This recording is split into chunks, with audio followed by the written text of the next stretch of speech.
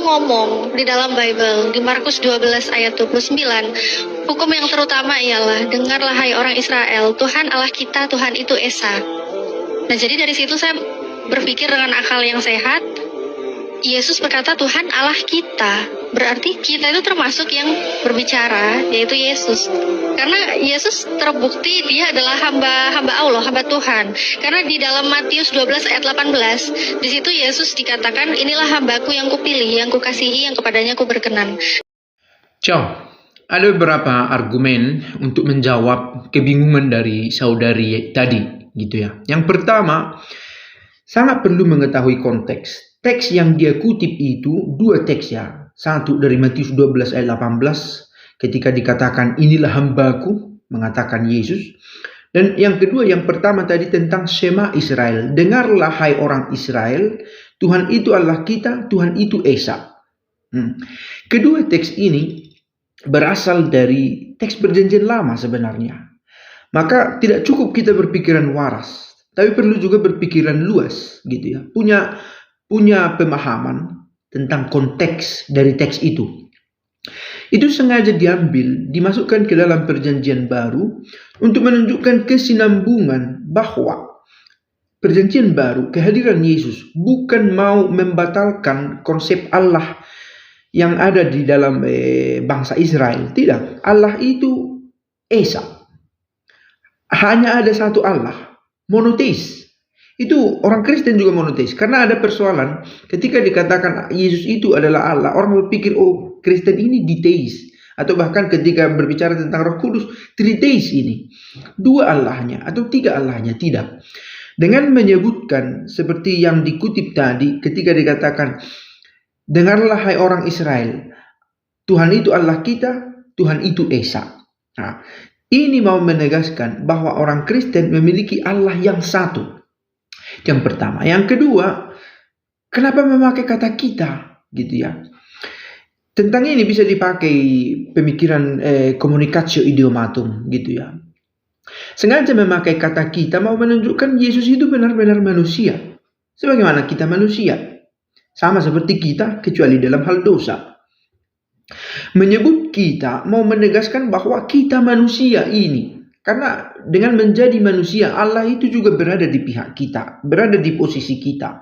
Dengan cara hidup seperti yang kita alami juga. Nah, apakah dengan menyebut kita menjadi batal keallahan Yesus? Tidak juga. Tidak juga. Misalnya seorang guru yang jelas katakanlah seorang pengajar yang baik juga bisa mengatakan, jadi kita itu jangan mencontek.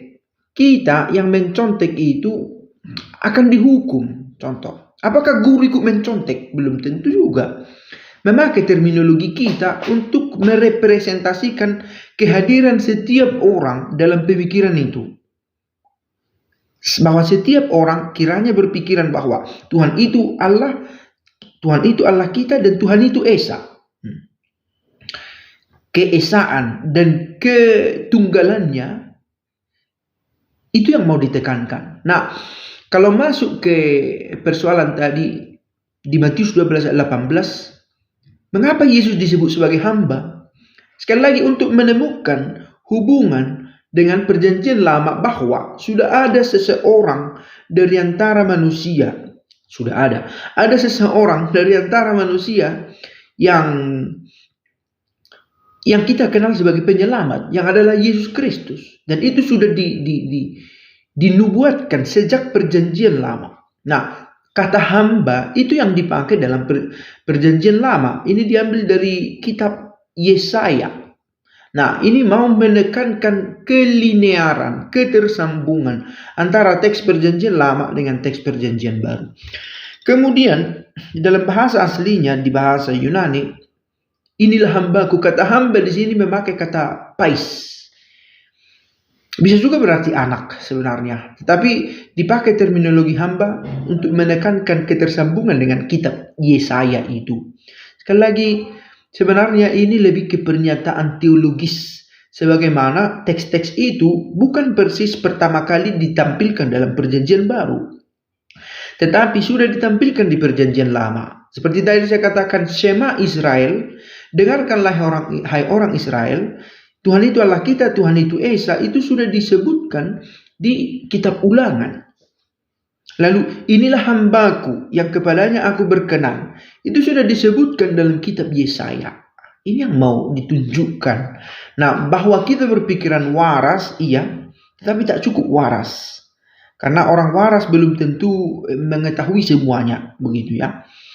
Maka perlu menambah referensi mengapa dipakai kata hamba, mengapa dipakai kata kita. Karena itu teks dari perjanjian lama yang mau diperjuangkan, dipertahankan di perjanjian baru. Yang kedua tadi saya sudah sebut alasan, communicatio idiomatum. Yesus itu memiliki natura ilahi dan natura manusiawi. Karena dia juga manusia, maka kita manusia ini gitu loh. Mau menekankan kemanusiaan yang menyeluruh. Setiap orang, kita. Itu Tuhan Allah kita. Pribadi mana? Pribadi Bapa. Nah, tentang pribadi ini kita sudah pernah bahas ya. Ada 3 pribadi diperkenalkan. Allah Bapa, Allah Putra, Allah Roh Kudus. Tetapi 3 pribadi ini dihubungkan oleh usia yang sama, yaitu Allah. Dalam pemikiran Aristoteles tentang kategoria, dia memperkenalkan usia pertama, usia kedua. Gitu ya. Usia pertama ini yang sangat khas untuk setiap orang, gitu ya. Ada Bapa, ada Putra, ada Roh Kudus, dalam hal ini Allah. Nah, kalau untuk manusia bisa kita bandingkan kalau usia pertamanya itu misal si Anto, si Lala, si Tina, contoh. Ini usia pertama. Usia keduanya yang gendernya adalah orang Jawa, contoh. Kalau saya sebut orang Jawa, satu konsep itu, orang Jawa. Tapi orang Jawa ini masih dibagi misalnya kan. Si Budi orang Jawa dia. Si Anto orang Jawa dia. Si Lala tadi orang Jawa. Tapi si Budi itu sebagai pribadi yang tidak terpecah. Satu. Masing-masing satu. Tapi ada satu konsep yang menyatukannya. Itulah orang Jawa. Ini satu pembanding ya, bukan linear, karena ada hubungan antara Bapa dan Putra dan Bapa, Putra dan Roh Kudus yang kita nggak bisa samakan dengan hubungan antara si Budi, si Lala, si Tina dan lain-lain tadi. Tapi ini sebuah gambaran tentang usia pertama, usia kedua. Tentang usia itu terminologi yang dipakai oleh Aristoteles, yang dalam istilah yang lain ada juga soal usia dan hipostasis. Tapi saya tidak mau jauh membahas ke sana. Bahwa itu sulit iya, tetapi bukan tidak mungkin kita bisa mengerti. Hanya saja tidak setiap orang bisa mengerti, gitu ya. Nah, sekali lagi teks yang memakai kata Allah kita adalah Esa, Tuhan itu Allah kita, Tuhan itu Esa, tidak membatalkan keallahan Yesus. Oke? Dan ketika dikatakan inilah hambaku, hamba yang dimaksud di sini mau menekankan keterkaitan dengan perjanjian lama dan tidak membatalkan pribadi Allah Putra. Gitu ya. Mudah-mudahan menjawab. Kalaupun tidak menjawab, menambah pengetahuan mudah-mudahan, dan ini menjadi alasan untuk terus mempelajarinya lagi.